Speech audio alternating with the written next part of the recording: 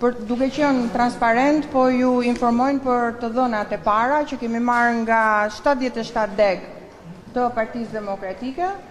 Janë 87 qendra votimi të hapura në orën 8.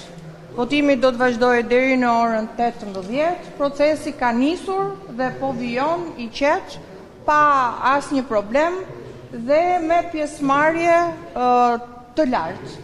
Deri në orën 11, në bazë të informacioneve që kemi marrë nga degët, nga komisionet e votimit nga degët, kanë votuar 11.906 votues.